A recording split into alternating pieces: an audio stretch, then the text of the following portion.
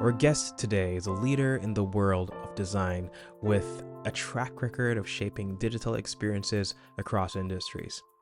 From spearheading the creative direction for the Chase brand and winning a Cannes Lion to leading design at the Huffington Post and driving the iHeartRadio mobile app to 24 million downloads, his impact has been felt by millions.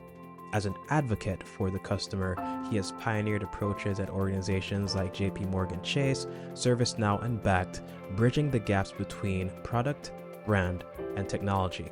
He has a unique ability to inspire teams, challenge assumptions, and elevate the strategic role of design in driving business outcomes.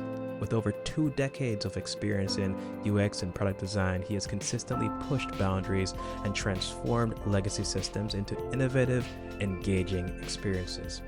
So today it's my pleasure to welcome Josh Klenert, the Chief Design Officer at Bakkt, to the Samelogic podcast.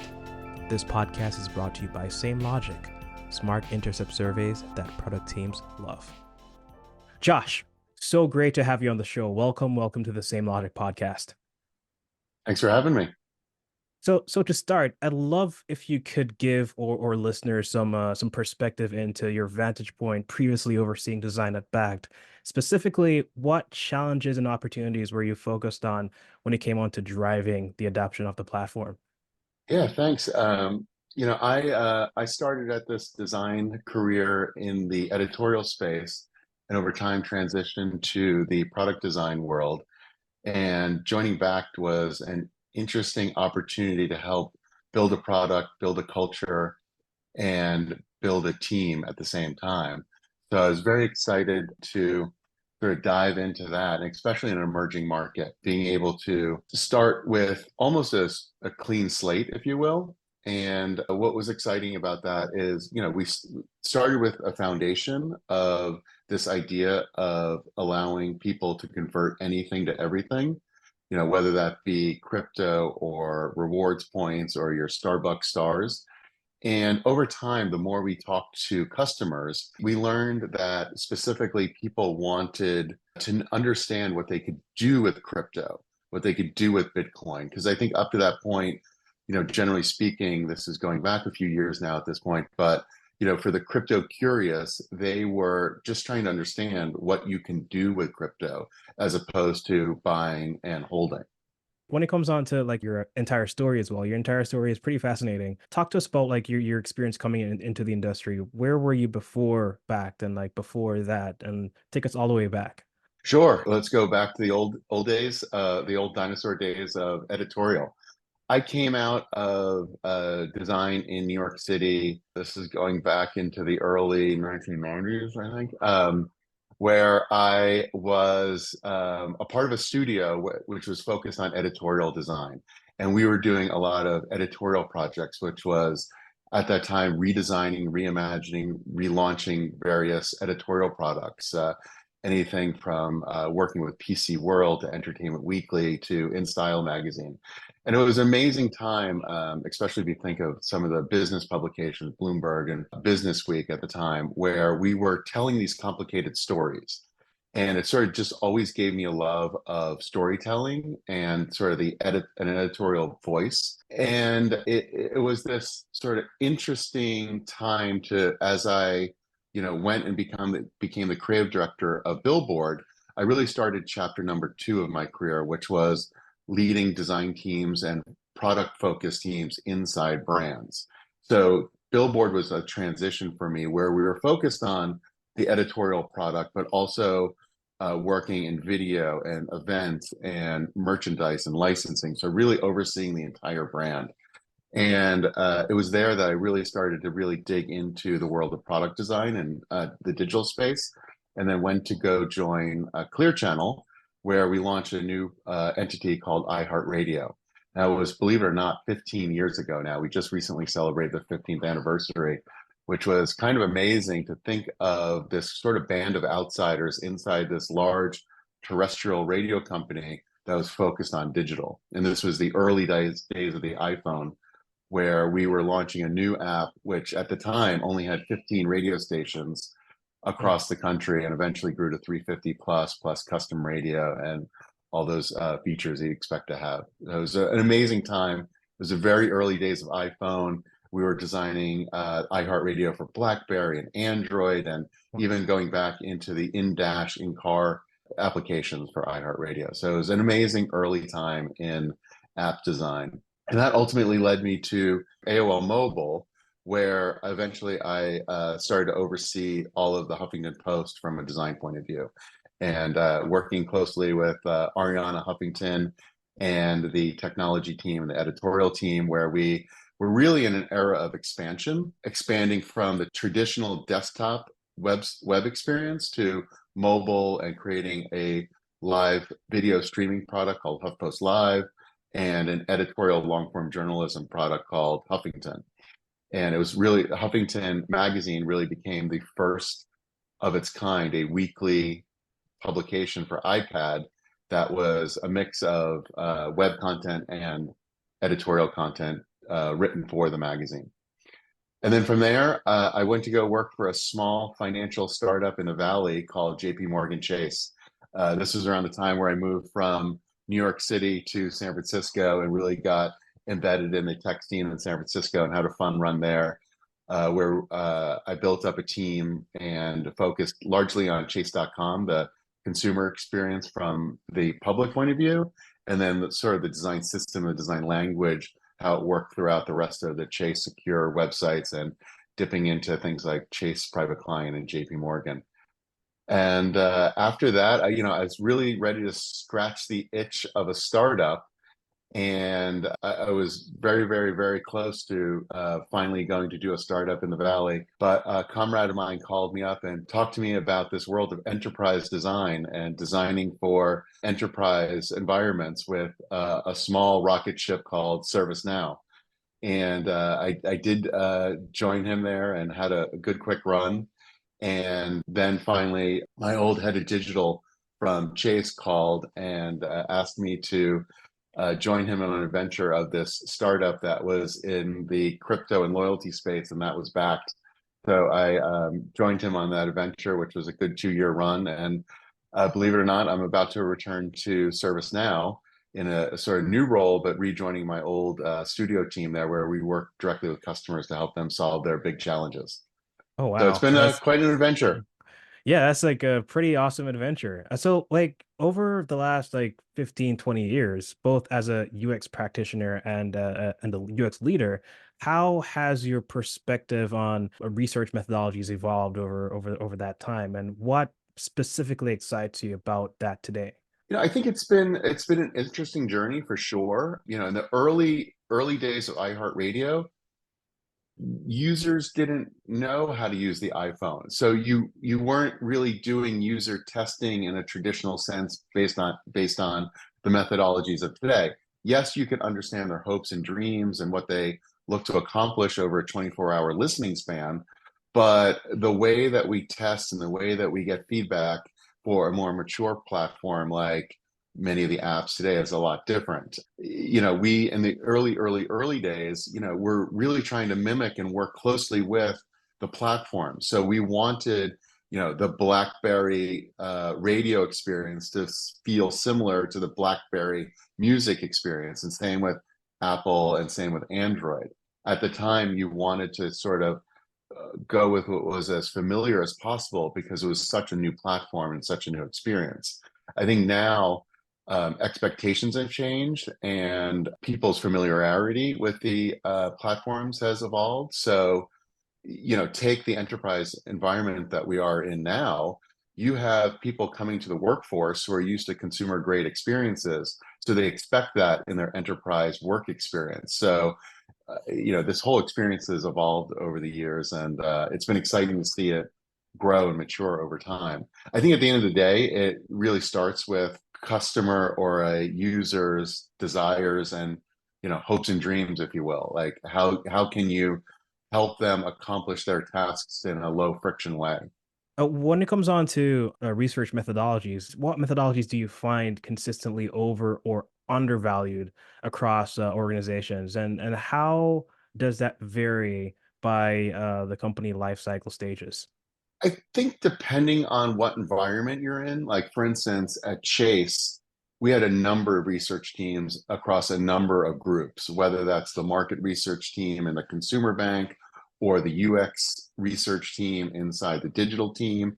Each team is looking kind of for different triggers or different bits of background to help them drive their products. So the market research that was done inside the consumer bank might be driving to sort of a different point of view versus how someone might use the chase.com website in a very specific customer journey.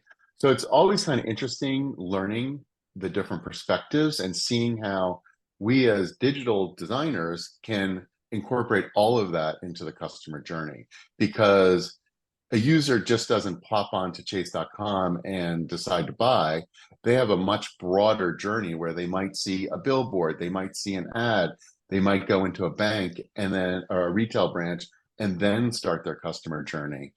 So what's kind of fun and fascinating is taking those different approaches, but also looking at sort of the generative world of research and the user testing world of research. And I think sometimes we dive very quickly into the usability side of research versus some of that more generative research, because I think generally people tend to make assumptions, right? And I think in the early days of iHeartRadio, it was really interesting for us to, spend time with users at home, commuting, and in work, so that we can better understand how and when they're using their iPhones. At the time, we had issues around connectivity while people were commuting on the subway. So we had to add in different layers of buffering so people wouldn't necessarily drop when they were underground. But that conflicted with our business rules about, quote unquote, streaming versus terrestrial. There are very different digital rules around that. So, we were bridging sort of new worlds by using the user research to sort of drive better experiences. I think when it came to Bakkt, we were dealing with what we called a crypto curious customer.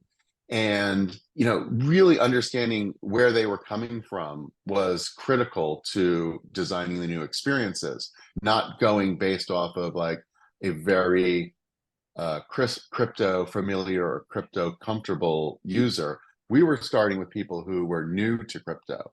So doing that generative research where we sat with people in their living rooms, in their kitchens, and we talked about how they thought about this new form of digital currency was really critical to some of the experiences that we would design later. And then obviously do all the user testing that you would experience, or the user testing that you would traditionally do with an experience. But it really started with that generative. When it comes on to understanding end-to-end journeys, where do you see the biggest knowledge gaps today in understanding those journeys? What proven models help teams trace like complete stories? In my personal experience, I find the biggest gap or the biggest challenge right now is time. Spending time with customers. It takes a while. And we are all pressured for time. We want to show quick results, quick wins. And I can't tell you how valuable it is getting those nuggets of information from customers, getting those real stories that really drive the way we can design these experiences. Because if you don't have those stories, you end up designing for, I've heard called HIPPO, highly paid personal opinions. Those executives that come to you and say, well, my wife did this, or my daughter did this. Can you just fix it for that? You're not looking at the actual user and the actual experience. So if people can bake time into their process for that early stage generative research, I think that is sort of a critical area where people can start on a stronger footing. Your answer to that last question was kind of ties into this one as well. Because like I'm kind of curious as well, the approach that we're kind of taking now, we're using analytics more and more, or culture is becoming more analytics driven. So I'm kind of wondering, how do companies kind of don't lose empathy in the process of like designing for that core user.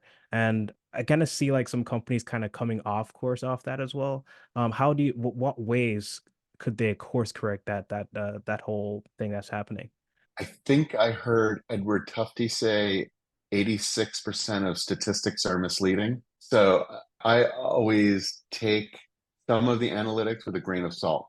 I actually thoroughly enjoy anytime a website gives me the opportunity to give feedback because you can tell based on the questions that they're asking what they're trying to solve for. They're actually not asking the questions that are relevant to me.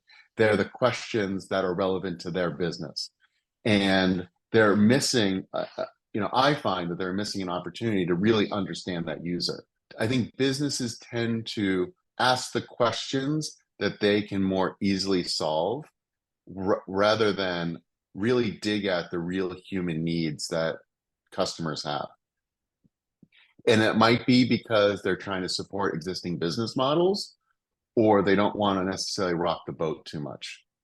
But the more you can talk to a user and more get that generative research, I think the more you are able to understand.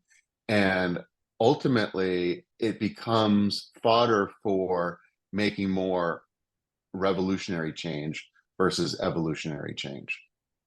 I love that. When it comes down to highly regulated spaces like the financial services industry, what principles guide your teams to, like move fast, and still learn very quickly? And not even financial services, it could be advice across any tightly controlled industry, I guess. Yeah, there's certainly a lot of good barriers put in place to protect the user. And, you have to appreciate some of those. Like you have to understand those. I remember once at Chase, I spent days arguing with the legal team about what constitutes one click away on a tablet where you Mm. don't click. You tap, you scroll, you swipe. Sometimes the regulations don't keep up with modern experiences. So I think it's up to us as designers and design leaders to sometimes interpret and try to try to take the intent of the regulations and mix that with, again, a good user experience. So, case in point, we often design with accessibility in mind. We want as many users to be able to access the site as possible. But sometimes, because of development cycles or product cycles, we can't get to a certain level of accessibility.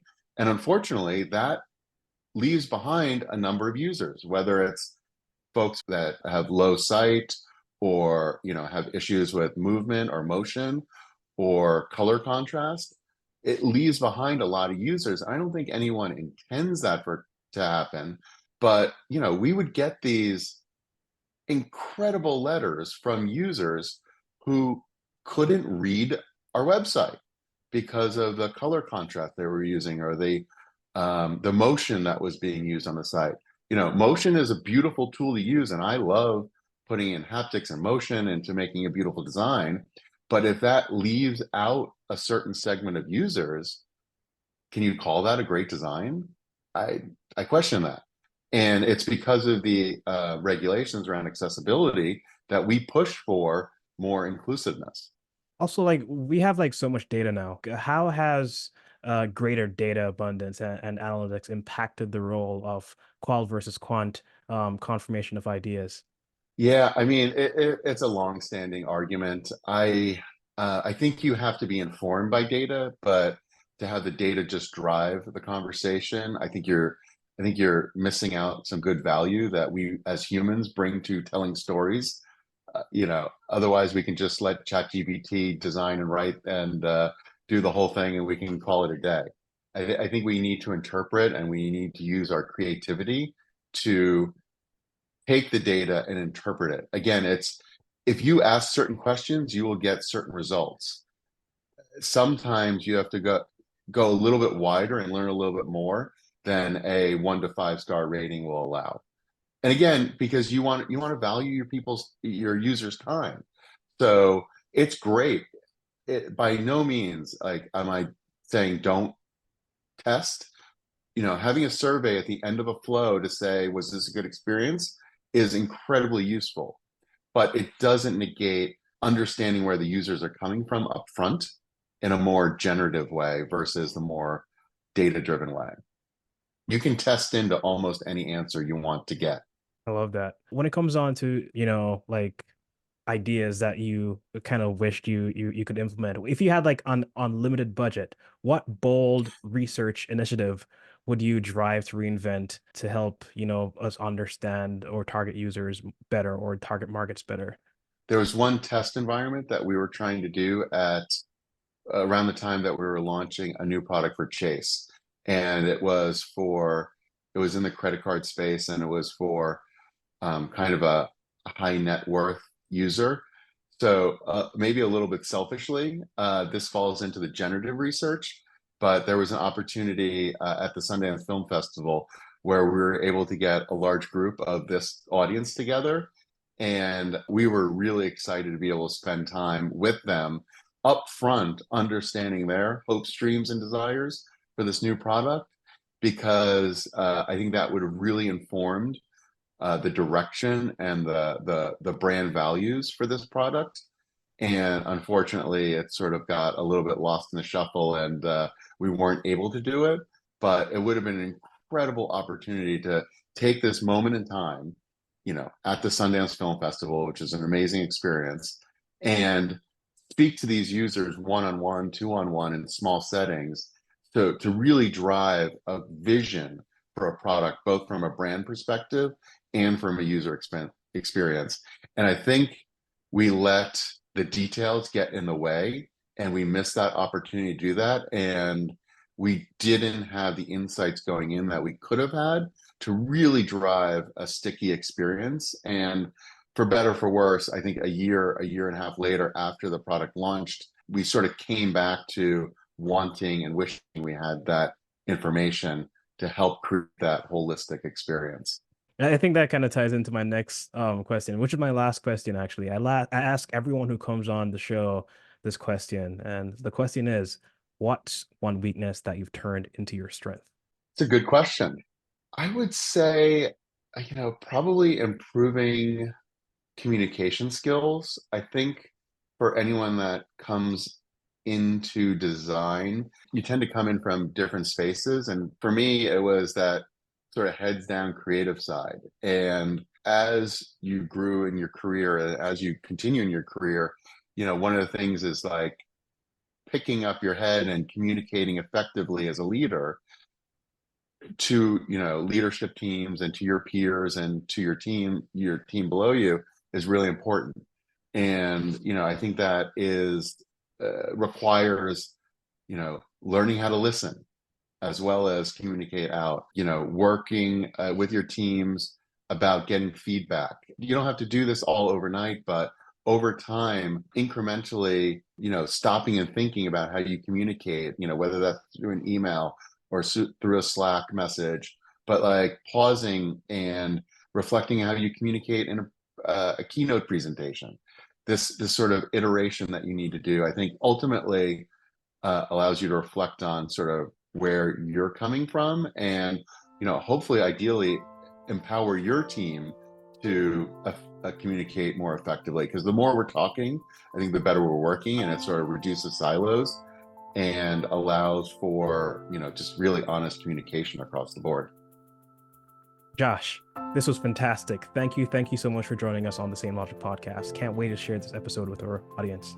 Awesome. Thanks for having me. It's been fun.